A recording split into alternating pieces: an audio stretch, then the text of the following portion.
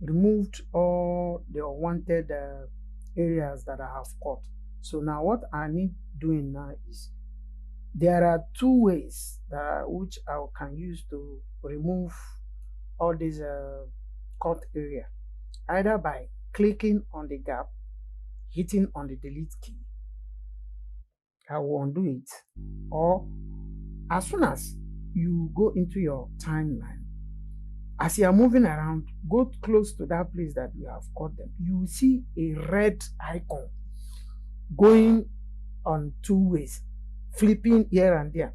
Now, this one is if I want to bring in this particular end now to this footage where I've cut, I will now come to it. It is showing me the other way around. What I need to do now, I will now see, if I drag it this way, it has closed that gap. I will now move again. If I drag it this way, it's not that way. Rather, you go to the other way and drag it and close the gap. Now, we have closed all the gaps and we have removed all we have cut. Now, let me still play it again. I revise back, hit on the play icon. My name is Jonathan. Let me take you on Premiere 2021. Cannot see. It has passed the first cut. Now it will continue till it gets to the last and the second to the last cut. So now this is what I have done. It's close to the cut. Listen, put your ear down.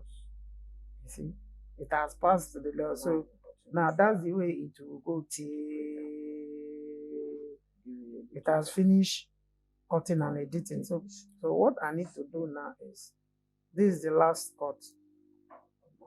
It has passed. You will not notice when it has gone through the cutting and the joint that we have done. But now I still want to bring it another footage so that you see how we are going to merge them together. And this is where the rendering comes to play a good role, where at the end of the day, by the time you hit the export and the rendering, it will render, and all these breakages that you are seeing in all these are cut and trim, you will not notice them again. So now let me bring in another footage and show you how we used to merge them together. So I'll go to File, go to Import. As soon as I go to Input, I'll bring another footage into my timeline. It's important. Now it has imported. So now what I need to do now is, if peradventure now I go, this the last area of that first footage. Now I'm now going to bring in my, now I've used, can you see the usefulness of this hand tool? I've used the hand tool now to move that former footage to the area where it stopped. Now I'm going to bring in the one that I brought in the last footage into my timeline. I'll now drag it. Can you see? It's now in the footage. So what I need to do now is, I need to lap them together so that they will become one entity. So what I need to do now is, I will now come and use my selection tool, or delete this gap in between. It will automatically lap. Now this is the last area of the first footage. I'm now going to play it so that you see how we do the cut and join and one entity integration and making it to become one. So now I'm going to play this.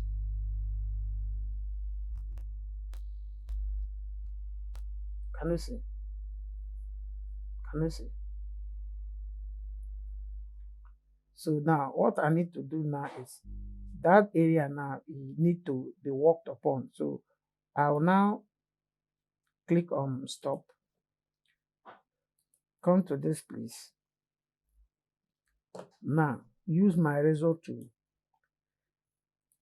cut here, cut the next place, still use my V, click on V tab on my keyboard, select the area that I need to hit on delete key, select the hit on delete key, then click on that gap, the black gap in between, hit on delete key, automatically it will now join. So what I need to do now is to still move this my playing to backwards and play it again and see how nice it will become. Hit the thumbs up, like it, and then it helps us a lot to give it the best.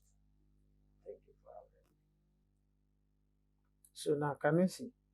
It has passed. As soon as I have trimmed it well using my razor tool, you see it now is moving gradually, showing you that it has now passed that trim area. So what I need to do now next is to, please, if this video or tutorial makes sense to you, please hit the thumbs up to like it, because it will energize us to serve you or do better videos in time to come. So now I'm done with the trimming and joining. So what I want to do again now is to show you other better ways that you can now work on your video properly. The next tool that I'm going to use now is this is the rectangular tool. You can equally use it. For now I'm not using it. I want to use the typing tool. Click on the type tool, and now I want to work on the time. Okay,